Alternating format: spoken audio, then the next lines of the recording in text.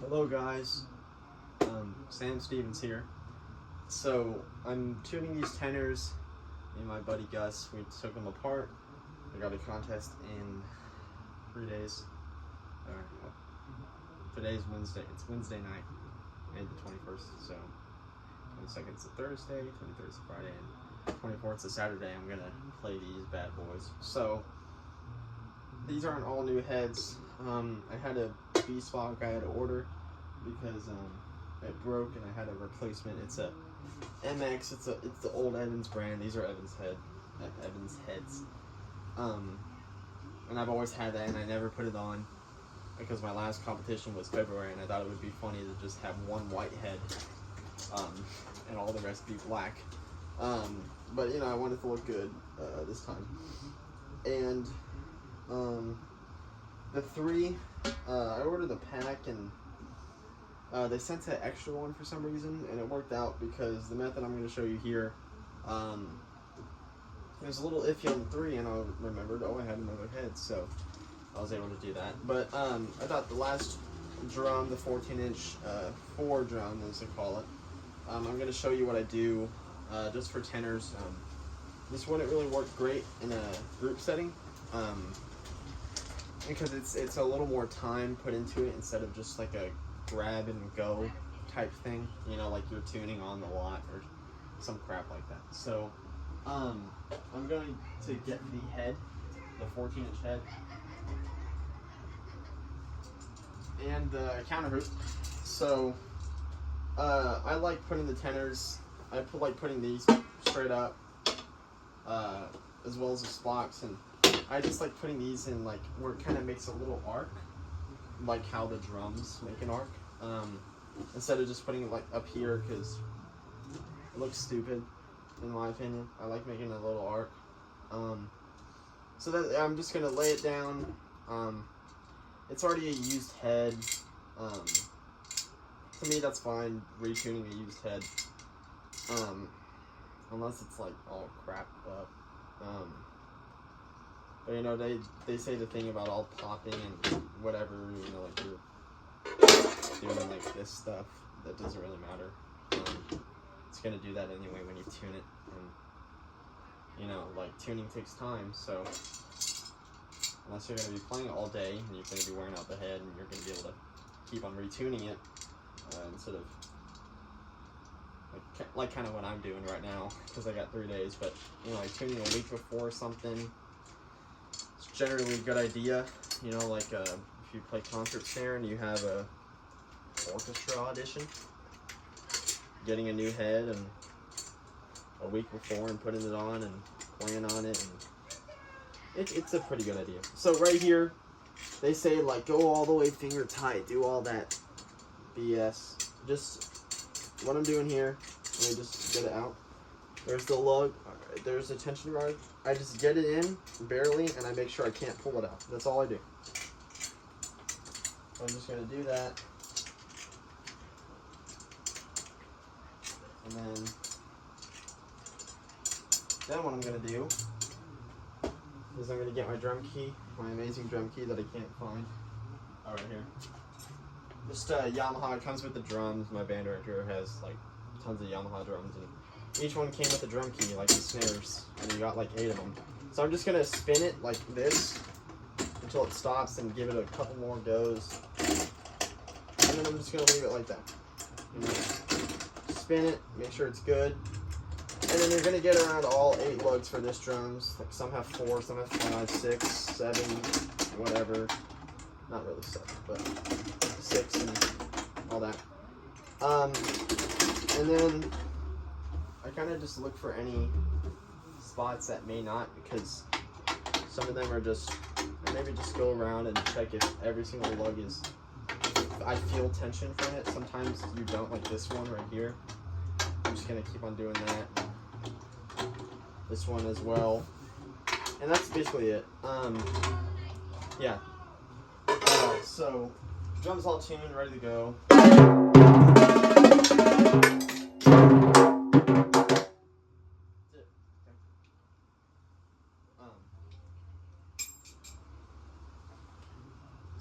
Goodbye.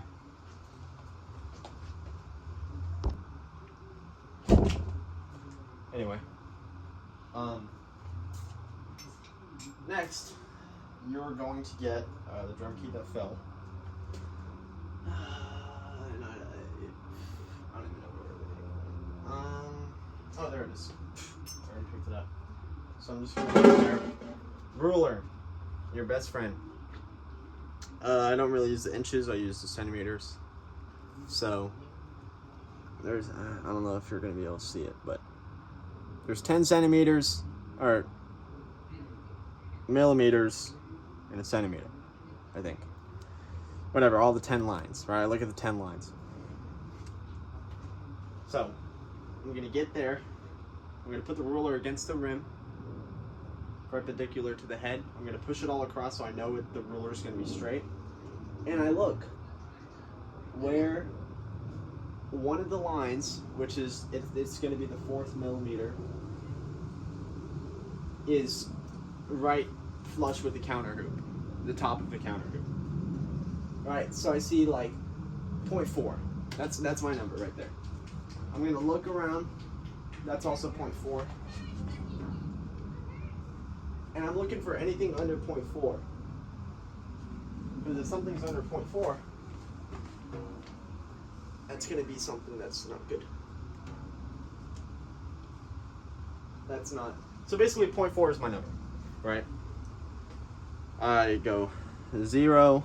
I don't know if you can see it, but I'm sure you get the idea. 0, 1, 2, 3, 4, right above the half line. Okay? So, I'm going to go across every single lug. I'm going to put the ruler against it and make sure each one's at 0.4. And then, the whole point of this is that once you set each tension rod at 0.4, everything is going to sound even. Everything. All of it. Now you don't have to be exact. You know, because this is a used head, it's going to be a little jittery, just like the 3 drum. But lucky for me, I had an extra head. But usually it works. All the 3 different heads I've used, this is going to be the 4th one. Everything worked out fine. So, and it's not going to feel all right. Tension's not going to be whatever, you know. It's not all going to feel the same. But this is what you're just going to do. I like watch this video. It's like the drum something. I don't know. Oh, it sounds like a drum. I watched their video. And it's called like the ruler method. And it was the most bizarre like video ever, and I couldn't even understand anything they were talking about. But it's this simple. You just get a ruler, go around, and look for the lowest spot on that ruler from a tension rod. Like this one was 0.4, somewhere 0.6, somewhere 0.5. And you just tune everything to 0.4. Okay? That's all. That's all you have to do. And then they finally made a 2.0 video, making it so much more simpler. Like they just made it so complex for no reason. This one's a little, and it's not going to feel like the same tension. Basically, and I mean like tenors, you only have like 2 spots. One, you know, you have the sweep spot, alternate hitting zone, and you have the main hitting zone. So over time, it's going to get more lower at the edge. That's just going to happen over time, but if you tune right, I'm sure you prolong that time where it doesn't. But now, I'm getting ready to be at the last tension rod. And sometimes it's really, really hard, like, to get one to 0.4. Because each time you do a tension rod, one of them is going to get tighter. And if it's at 0.6 and it's tight, and you have to kind of be risky, like tuning a guitar string up like really, really high and hoping it won't snap on you, you know? But usually you're fine if you have a new head. So everything's at 0.4, right? So I'm going to listen to the drum. Let's see how I have it tuned. I like that.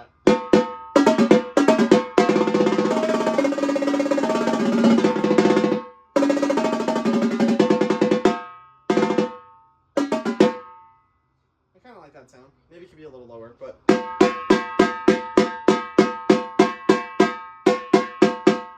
one's just an exception.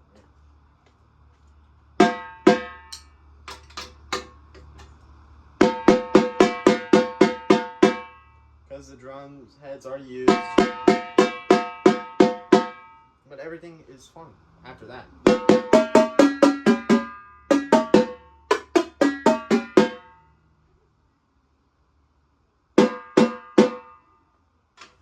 So, my dad's right there. Anyways, I'm just going to tune it down a little, and that's all you have to do. So, like, a good use of this is tuning a snare side head, right? Not a snare head, a snare side head. On the bottom of the snare side head. Because those are so thin, when you tune them up, and you tune by ear, most of it, the time, it's going to be uneven around the rim.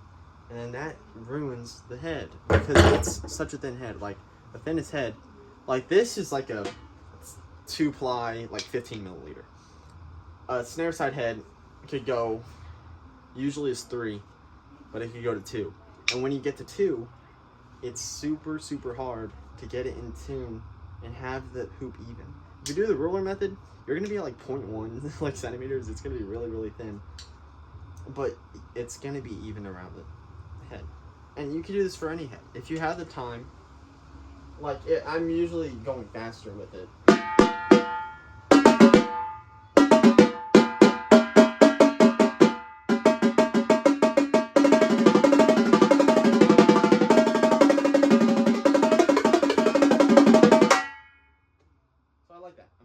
I'll probably tweak it later.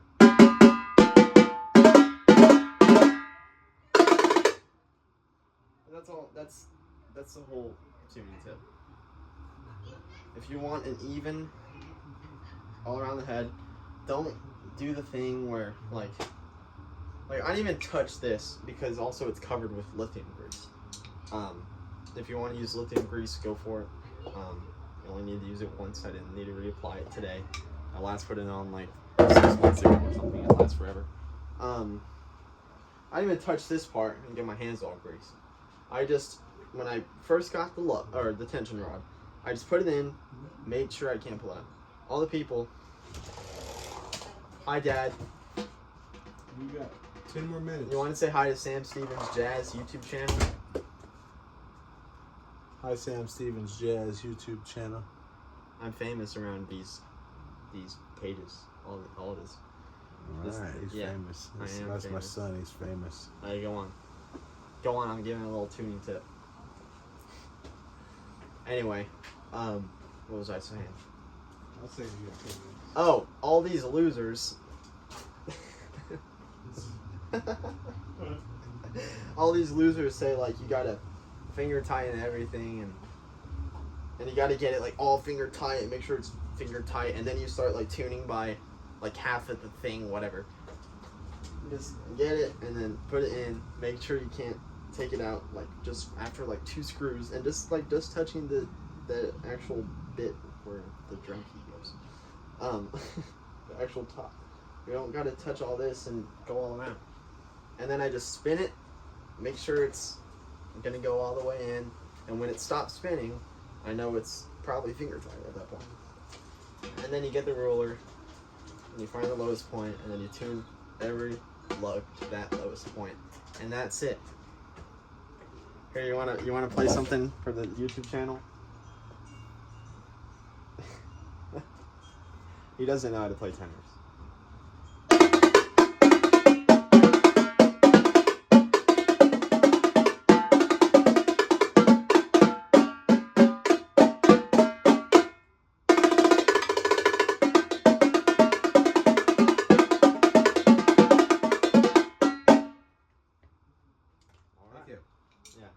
He's a natural.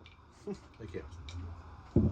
Anyway, wait, what do you think about it, Dad? You think it sounds cool? Yeah, I replaced the head that I got by accident when they sent me an extra one. Yeah. I replaced it. So I actually have 2 new heads on here now. But all these, okay. those 4 heads. Yeah, they sound good. Yeah, so we'll You tune into certain notes? No. Just do what sounds best. Tune it by ear? That's something also. Tell him, Dad. Tell him. Do you tune it by notes or do you tune it by ear? No. You tell him, don't tune it by notes. No, don't tune it by notes. Tune it by ear. If you have good ears. Tune it the way you think you like it to sound. Intervals are good. Learn your intervals. But then how do we know it's going to match the other tenors on the line? You get the other set of tenors and you go. Bum, bum, bum. So would you tune them to yours then? What other? Where? Would you tune theirs to yours? I mean, yeah, pretty much. There's like a home tenor. Quad logic. Bill Bachman says like, when you have a line, like you tune one tenor, and then you just get the other tenors, and then you listen, and then you tune like your home tenor to, or you tune all the other tenors to this tuning. Is that a Pink Floyd live at Pompeii shirt? Yes, it is. Is that a plain black loser shirt? Yes, it is. Yeah, go on. Walk on home, boy. Yeah, whatever. Anyways, guys, that's the tutorial. Have any questions? Let me know in the comments. Let me try to ram something I probably can't play.